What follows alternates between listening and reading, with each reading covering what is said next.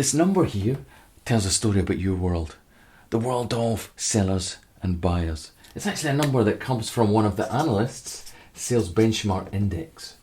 And it's actually 60%, because what they've established is that most of the time this journey between buyers and sellers, after all that expensive evaluation from the buyer's point of view and all that expensive selling from your point of view, ends in no decision.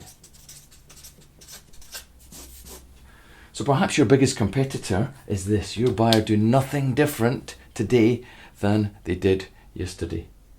So what's happening? Well, you imagine any interaction between sellers and buyers, perhaps at a meeting, perhaps on the phone. At some point in the conversation, this seller here is going to say to the buyer, look at all the benefits of our solution, look at all the benefits of our offering.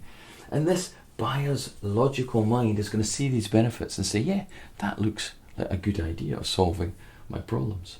Until it's time to make an actual decision. So you've already set up attraction in this direction, which is, after all, your goal, but there's a much bigger force operating in this direction, and it's an invisible, powerful force.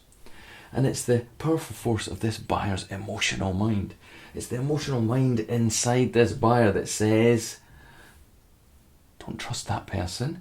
These benefits there, he's talking about, or she's talking about solving problems. You're already solving these problems. You are perhaps not solving these problems as beautifully as that seller is talking about, but you're still solving these problems. And what's more, you didn't get fired. You didn't get fired 6 months ago. You didn't get fired a year ago. You were solving these problems already. Just stick with what you've got right now. It might not be beautiful, but stick with what you've got. And it's that emotional mind that causes this 60% in no decision. So how do you overcome it? Well, essentially, at the moment, most of the time, the buyer is just talking, the seller is talking about themselves and their solution and how great it is. Okay, they might have asked some questions to try and establish some problems up front, but typically this person is just talking about their own solution. What you need to do is tell a different story.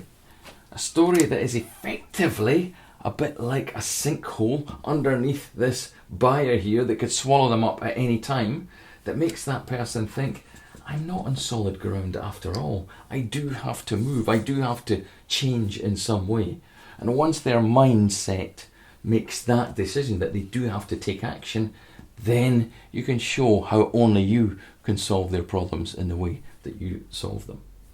This bit here sounds a bit dramatic, but all I'm saying is that you actually help your buyer, and you help your buyer by providing them with some insight. Now that insight could be new laws, new regulations in their world, and new competitors, new environments that they're operating in. So this information will be readily available, but that's not just the insight.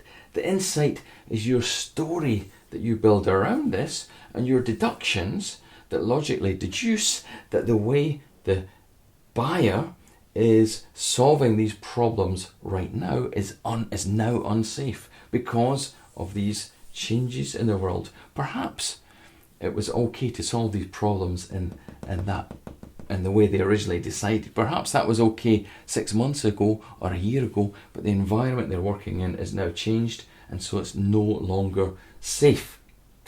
Once they make that decision, you can play your new story. So there's two stories. This one here we call a cause to act story, and that's not about you, it's not about your products, it's totally set inside your buyer's world. Almost no sellers do this. The ones that do are much more successful than the ones that don't. But if you can deliver this story inside your buyer's world, you suddenly open yourself up as being much more credible. Your buyer's much more likely to reveal more information about themselves to you, and your buyer is much more likely to say, okay, tell me how I can move away from this situation. And once they've made that mental move, you tell them this story, which we call an only you story. because it positions only you as uniquely capable of solving the problems that were kind of amplified with this story here. And if you can do that, then you're going to close many more deals and make inroads into this 60% here. So the next time you're going to have a conversation or a presentation or discussion with one of your customers, try your very best to leave this as late as possible. Try your very best to come up with a story just about their world. You can download a free paper from our website here that gives you the questions that you have to ask yourself in your mind to help you build this story. Thanks very much.